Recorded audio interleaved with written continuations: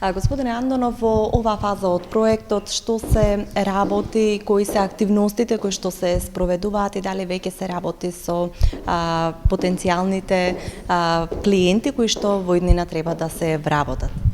Да, добар ден. Јас сум веќе неколку пати во Струмица, значи не ми е прв пат ова. Во моментот, значи ова е втората фаза од проектот. Значи крајната цел е вработување на маргинализираните лица, група маргинализирани групи, односно лицата што злоупотребуваат психотропни супстанци. Првата фаза заврши, како што знаете, тоа беше организиран тренинг, имаше 5 модули на кои што помина организациите сите што се занимаваат со работа, активности со ваквите лица.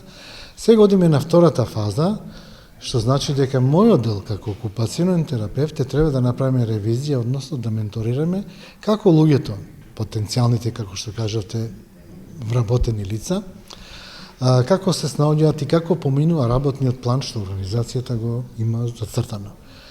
Значи, битен дел е, како окупационален терапевт е како луѓето се справуваат, односно ги спроведуваат своите секојдневни активности.